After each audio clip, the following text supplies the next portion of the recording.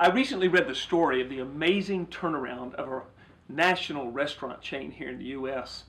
It seems that they had hired 4 CEOs in the previous 7 years.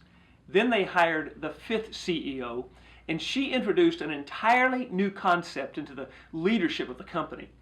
And as a result, over the next 6 years, the years 2008 through 14, listen to this, stock prices went from $13 a share to $40 plus a share, up by 450%.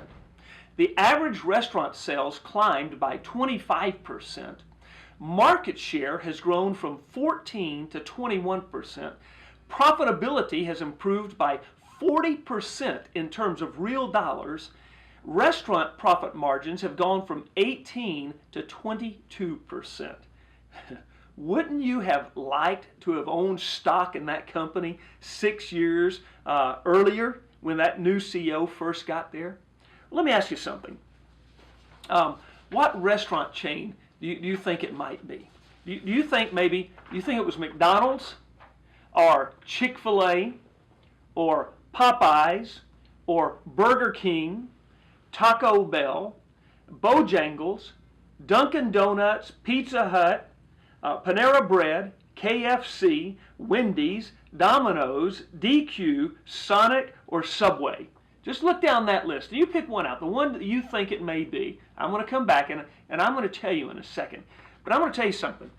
It sounds like they must have made some major changes in order to see that kind of dramatic increase in their chain. I'll tell you which one in just a moment. But first, let me ask you this. What do you think they did in order to make such a dramatic change? Here's some options. Look at this. They changed the menu. They remodeled the stores. They increased the number of stores. They bought new uniforms for the employees. They restructured their financial plan. They gave away free food. They changed their business paradigm. They increased their media exposure. Which one of those do you think it would be? Which one of those made such dramatic changes in that national food chain? Well, a few months back, I was in Atlanta with several of our staff members at a leadership conference. Pastor Phil and I attended a session that was specifically set up for senior and executive pastors. And the CEO that led this restaurant change to such positive change was one of the speakers. Her name is Cheryl Batchelder. Cheryl Batchelder, and she is the CEO of, you ready? Drum roll, please. Popeyes. Popeyes is the chain that I'm talking about. Popeyes Louisiana Chicken. Now, what was the change that she made? Well, if you picked, she changed their business paradigm, you were right on the money. You picked it out. You were correct. She introduced a new concept called servant leadership. Servant leadership. Their purpose statement was rewritten. Here's what it says, if I can just find it. Their purpose statement was to inspire servant leaders to achieve superior results. Let me say it again. To inspire servant leaders to achieve superior results. Now, Cheryl developed this concept under the title Dare to Serve. Dare to Serve. I'm reading her book right now, and it's a tremendous read, really good. And she says this. She says, the first decision of a Dare to Serve leader is you decide to serve the people well. Now, there's a key word there, serve. Let me say it again. The first decision of a Dare to Serve leader is you decide to serve the people well. You might have caught on that Cheryl is a Christian. And the business philosophy that she introduced at Popeyes comes right out of the pages of the Bible. We're going to be studying it this week. In the Sermon on the Mount, Jesus said, in everything, therefore, treat people the same way you want them to treat you. This is the law and the prophets. In other words, it's a summary of the law and the prophets. Treat people the way that you want them to treat you. Now, one of the questions that Cheryl says we have to ask is this. You ready? Do you love the people you have chosen to serve? Do you love the people you have chosen to serve? That really is a key question. I can't tell you how important it is.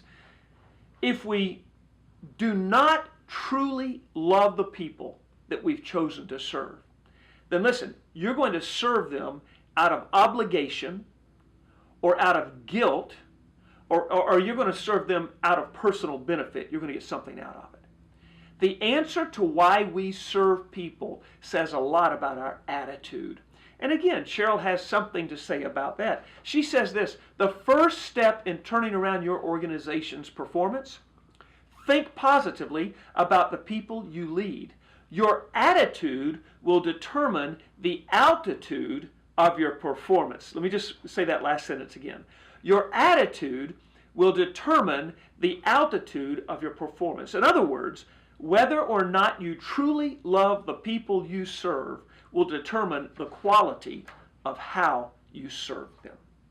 Now this week, we are going to study how we treat other people. Jesus made it a top priority. You know that.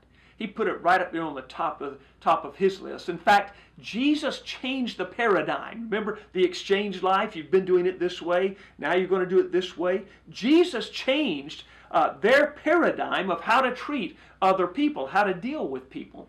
Often people are nothing more than a means to a goal for us. I mean, we just use them to get something that we want. And we use them for our own benefit. But Jesus changed this. He said that we are to be used for their benefit, not to use them for our benefit. Listen to what he said in Matthew 20, verse 25 through 28. But Jesus called them to himself and said, here's what he said: you know that the rulers of the Gentiles lord it over them, and their great men exercise authority over them. It is not to be this way among you, but whoever wishes to become great among you shall be your, here's the word, servant. Your servant. And whoever wishes to be first among you shall be your slave. That's another word for servant. Just as the Son of Man did not come to be served, but to serve, and to give his life a ransom for many. Just imagine for a moment how different the world would be if we really saw it that way. Imagine how different we would be if we saw it that way. If we literally saw ourselves as servants of other people. It wouldn't be easy. I know that. Absolutely not. We would worry about how dramatically our own life would change. And yet Jesus commanded us to do this, to be a servant to other people. Sometimes we think in such grandiose terms. This could be one of those, okay, we're going to serve the world. We've got this big picture, but just by stating it, we're going to change the world. It takes the burden off of us. Why? Because it's obviously beyond our reach, my personal reach. For instance, somebody says, somebody needs to change the world. Well, who wouldn't agree with that? Of course we do. The world needs some changing. But when we say that, it's almost like an automatic exemption because we figure it's beyond my capacity to make that happen. But I heard something the other day that I want you to stop and consider. Leo Tolstoy once said this: everyone thinks of changing humanity, and nobody thinks of changing himself. Everyone thinks of changing humanity, and nobody thinks of changing himself. This week, let's begin to think about changing the world by changing ourselves. As you study, you begin to ask God what changes he needs to make in you, not the world, but in you, so that you can be the servant he wants you to be.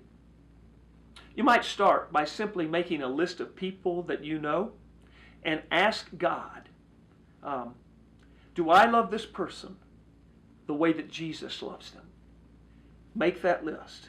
All the people you know. Do I love this person the way that Jesus loves them? Anything less than yes is an opportunity for you to begin changing the world by changing yourself. I hope you have a great time of Bible study and prayer and fellowship in your missional community this week. And I really do look forward to seeing you this Sunday. I'm just going to tell you something. It's going to be a great day.